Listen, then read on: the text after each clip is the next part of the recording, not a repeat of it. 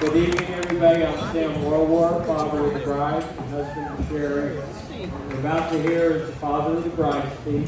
Oh, you better, I will tell you, over this there. is what I've read about the father of the Go bride. over there. Oh, yeah, he's 3 rules. Don't tease anyone, don't be dirty, and most of all, do not make it too long. Sorry, guys, none of that's happening. Settle in, it's going to be a long and bumpy ride. On behalf of Sherry, Hannah, her sisters, Ashley, Rachel, and Samantha, I'd like to welcome you all and thank you for coming tonight to celebrate this with us. We're very honored to have you all here. Especially want to thank those who traveled great distance. Jack acknowledged you guys. Really appreciate it. You came from all over. Jack's friends are incredible. They came from as far away as California, family, Washington, and from Texas, Delaware, Tennessee, New York, and all the way from Puerto Rico.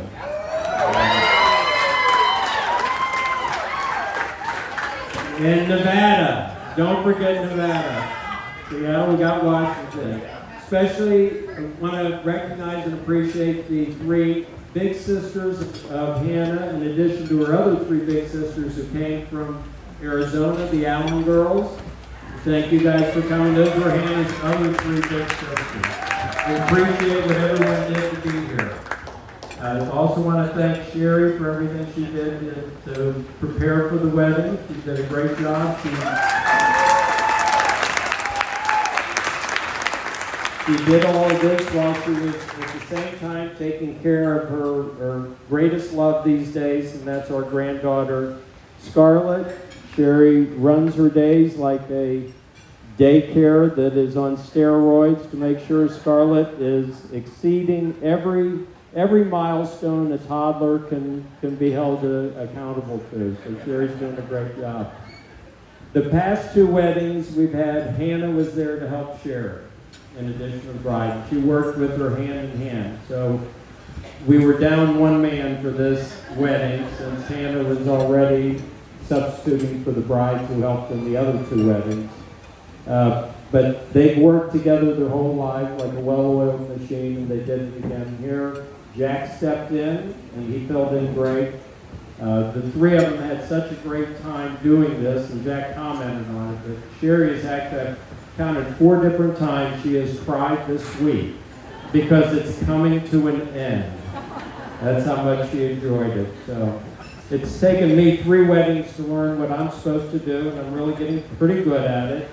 I have perfected doing nothing, and I'm working pretty hard on just shutting up, and I've almost gotten there on that.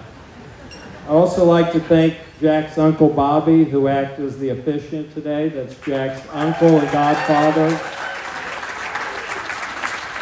It was important to Jack that his godfather and uncle did that, and you did a great job. It was very impressive, Reverend. You really did a good job. Thank you. And we can admit now that it is really about us tonight, too. So, yeah. The groomsmen and the bridesmaid are as handsome and as beautiful as any group of people I've seen. Yeah. But you all just look beautiful. Everybody did a great job. The only persons who outshined you was the ring bearer, Jack's nephew, Charlie, and Hannah's niece, and my granddaughter, Scarlett. So thank you very much, guys. I've got one other person I want to recognize in the audience, and that's the mayor of our community and our good old friend, Bill Duncan. At Ashley and Rachel's wedding, I told the story of how I met Sherry and how the same people that were instrumental in me meeting Sherry led to Ashley meeting Chuck, Rachel meeting Matt. But Bill Duncan was instrumental in me meeting Sherry, and for that I'll ever be grateful. Bill tells everybody I'm on his campaign, his re-election campaign, every time he runs for mayor. Not because I agree with anything he's done, but just because I appreciate that he introduced me to Sherry. I should add one other thing. Bill and I share a common love of being married. We really do love it. As Bill has always said, it's so great to find that one special person you want to annoy the rest of your life.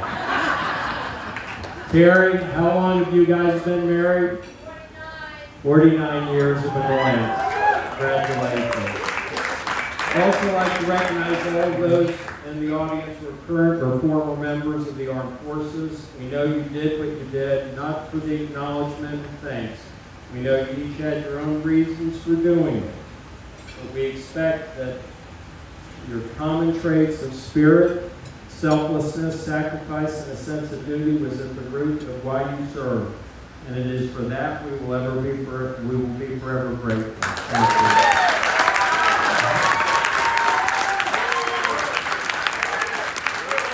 And I think it would be safe in here to say, just beat Navy.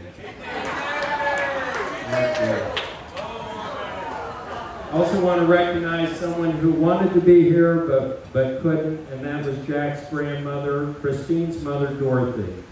But Jack, I did talk to her, and she told me many, many things about your childhood and her special feelings for you. I'd like to share just a few. Dorothy told me she had a special nickname for Jack. Everyone else called him Jack, but she called him Johnny H. because he was such a beautiful little boy. Johnny H. was short for Johnny Handsome. In addition to his special nickname she had for Jack, she also recounted the sense of sacrifice he had even as a little boy. She said whenever she came to visit, Jack would give up his bedroom. He would sleep on the couch so she could have his bed.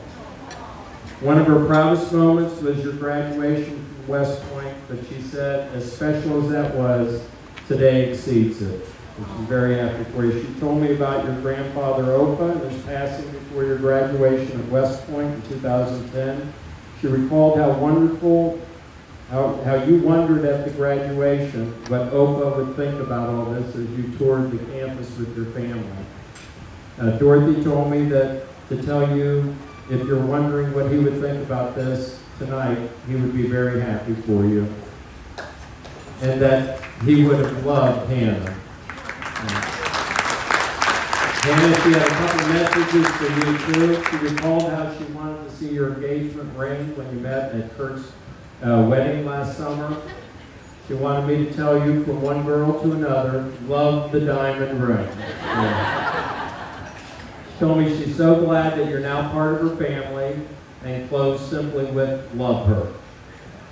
She also said she's looking forward to seeing you both in Pittsburgh and Johnny H. She said she will have blueberry muffins that she always made special for you when you were growing up, fresh and hot out of the oven. Kyle, she said they will, just like when you were growing up, they're all for Jack and Hannah. I have to tell you, I spoke to her for probably 20 or 30 minutes. And most of that time, she was trying to convince me that she loved all of her Manning boys, okay? The same. Okay? I wasn't buying. And she may have loved you all the same, but there's no question in my mind. Jack's her favorite. Yeah.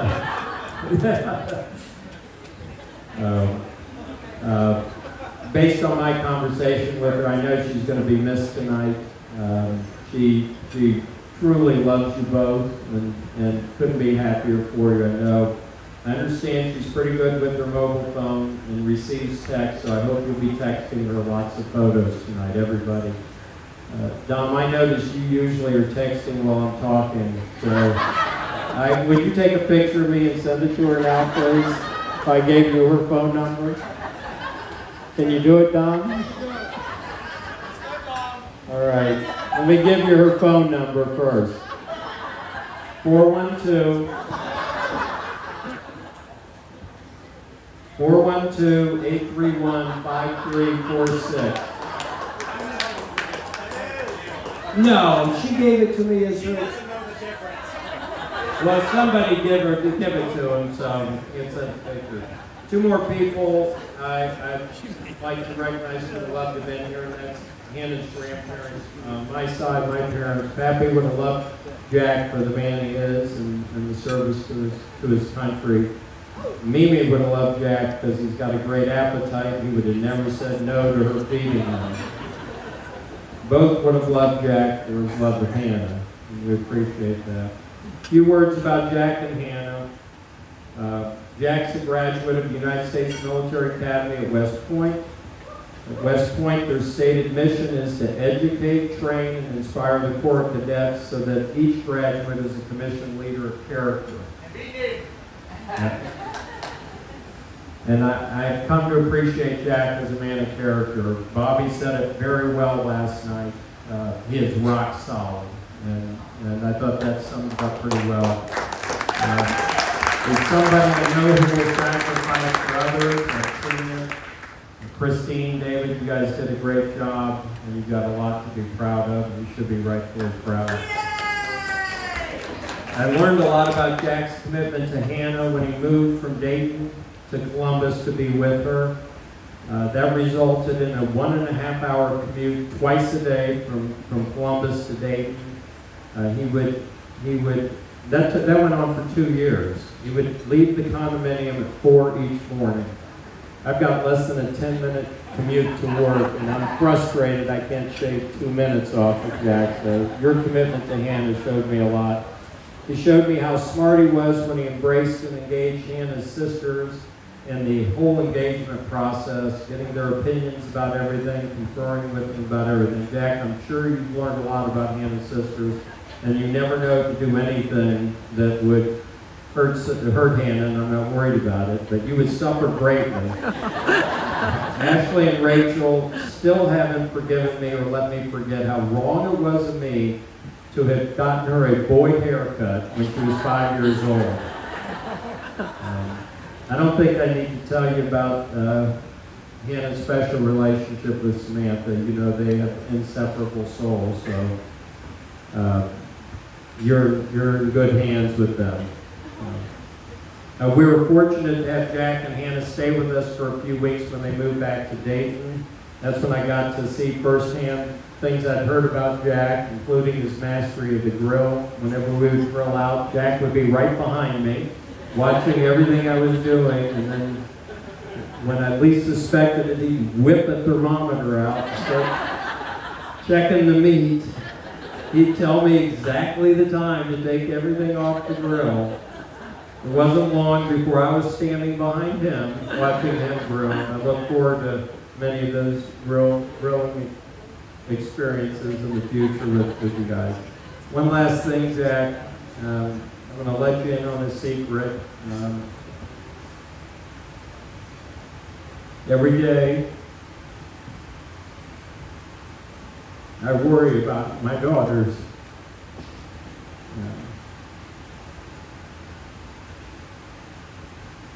Since I got to know you, I worry less about Hannah.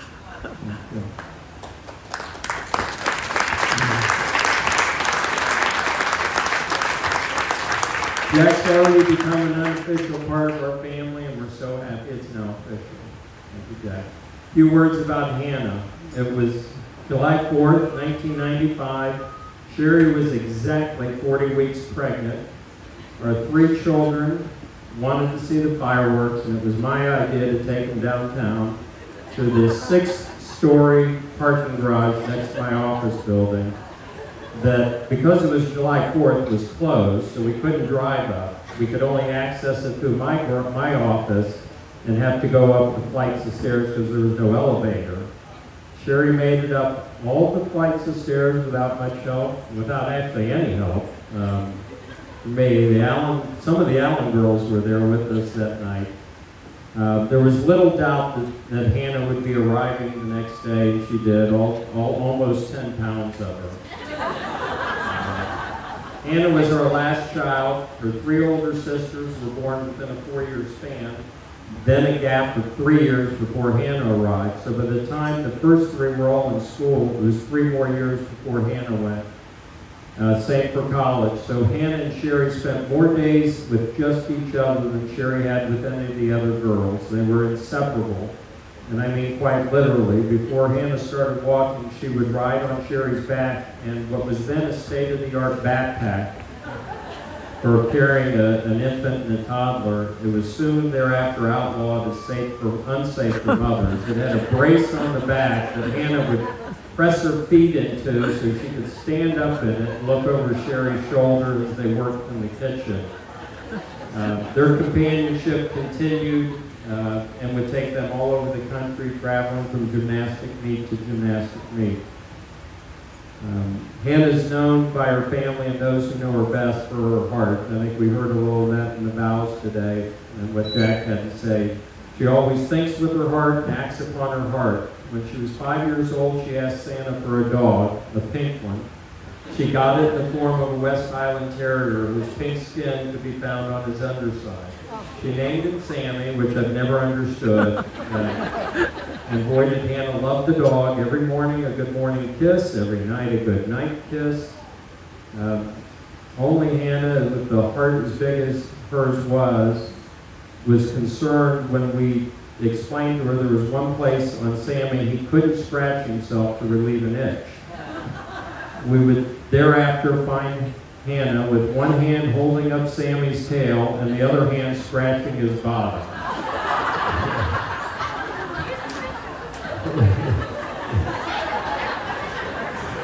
As Hannah grew, she took after Sherry in many ways. Like Sherry, she got traits from both her mom, her grandmother, and her grandfather. Hannah took to baking just like Sherry took to it from her mother, Pat.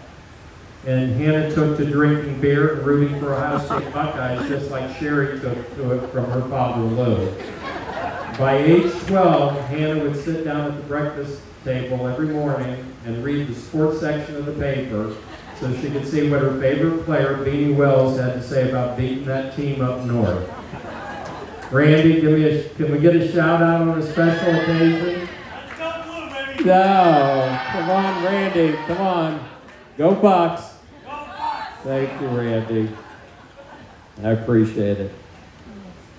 There was one thing Hannah didn't learn from her mother and grandmother, and you should be happy about this. She didn't learn to hate Pittsburgh like they do. As you found out from, only Sherry does that, as you know from the text she sends you every Sunday during NFL season. I had my influence on Hannah too, because she was so much younger than her sisters, because I was pretty worn down by the first three girls. Hannah maybe got a little bit overexposed. She was only about 4 years old when I let her watch with her older sisters the Adam Sandler movie Waterboy. That led to her famous warning at Thanksgiving dinner at her grandparents' house when someone did something that upset her or made her mad that she was going to open a can of whoop ass on them. When she was about 5 years old, she again joined her sisters and many of their friends to go see the Adam Sandler movie Big Daddy. And on the way home, of course, they took her to Hooters, which was glorified in the movie. She was about 7 years old when a concerned babysitter reported to us that she heard Hannah singing the lyrics from Nellie's 2002 song, "It's Getting Hot in Here, so take off all your clothes." Her sweet nature never left her, though. She was a preteen for many years when her sisters were all teenagers. And she got to see what I went through, having three teenage girls at the same time. Being the sweet girl she was, she repeatedly promised me that she would never become a teenager. I chose to believe her. Foolish me. But I will say she was the only one of our four girls that didn't get me summons to the high school principal's office. Which doesn't mean she didn't follow her sister's footsteps. She was just better at it than they were. Hannah had no brothers, but when you have four girls in the house, there were boys always around to entertain them. In the early years, it was Mr. Danis, who for some reason Hannah would refer to as Johnny Angel. Maybe because, as John recently reminded me, he was the first non-family member that Hannah would let hold when she was a toddler, or probably even earlier than a toddler. And I think that happened when we would take them out, the families out to cold beer and cheeseburger. John, only the best for our families. Hannah would resist going to bed when Johnny Angel was over at the house, And that's what she called him. I was never sure why she called him Johnny Angel, but she did. She wanted to stay up to see what trouble he would get into that night. Over the years, Johnny Angel was followed by many others that would entertain all the girls in the basement of our house. There was Chris Hardy, Sparks, Charlie Davis, a litany of others who regularly occupied our basement. Hannah and her sisters would always be amused by the things these boys would do. They found great humor in him. If the boy did something stupid to hurt himself, all the funnier. Jack, as you've already discovered, you'll be filmed doing the most mundane things. If you fall while shoveling the driveway, all the better. She'll share that with her sisters. They'll all get a good laugh out of it, and they will be laughing at you. As great as it was to have Hannah with us growing up, nothing matched the 2 years when she lived with just Sherry and me after college while she was getting her MBA at the University of Dayton. She probably had hoped for different roommates after graduating from college, but we couldn't have been happier being her roommate. She was so sweet and loving to Sherry and me. So much so that she was more like a granddaughter than a daughter. I'd introduce her that way when we would take her out, and we tried to take her out and show her off as much as we could. She'd come home late at night after night class in the winter months and find Sherry and me in the bed with the covers pulled up under our chins in our cold, drafty house, reading and watching TV, just waiting for her to come home. She'd peek in our room and she would giggle at the sight of us. It was those 2 years I got to relive one of my favorite things about Hannah, and that's her hugs. Every night when she was little, I would put her in bed. We would go through our good night ritual. We would wish each other to have a good night's sleep. Don't let the bed bugs bite. See you in the morning, sleep well. That was always followed by the best hug anyone has ever given, known as a Hannah hug. It was deeper and lasted longer than any hugs I've ever gotten in my life, Jack. I got to tell you, my time for those hugs has come and gone, Jack. It's your time now.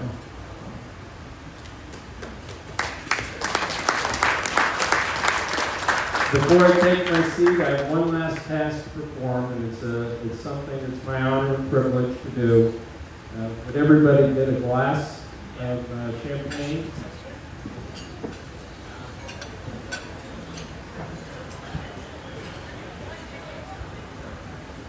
Please raise your glasses as we toast Hannah and Jack on the first day of their new lives together. Hannah, your grandfather recently finished writing and publishing a book on the Clapka family history. It has 225 years of Clapka history. He's been working on it for over 40 years. Starting today, you and Jack are going to be writing a new chapter, and we can't wait to see what great things that the two of you will bring to the second edition of that book. Here's to Jack and Hannah.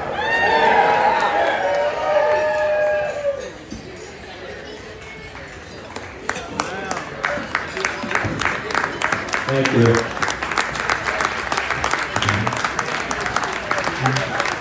Going to turn the microphone over to Samantha at this point.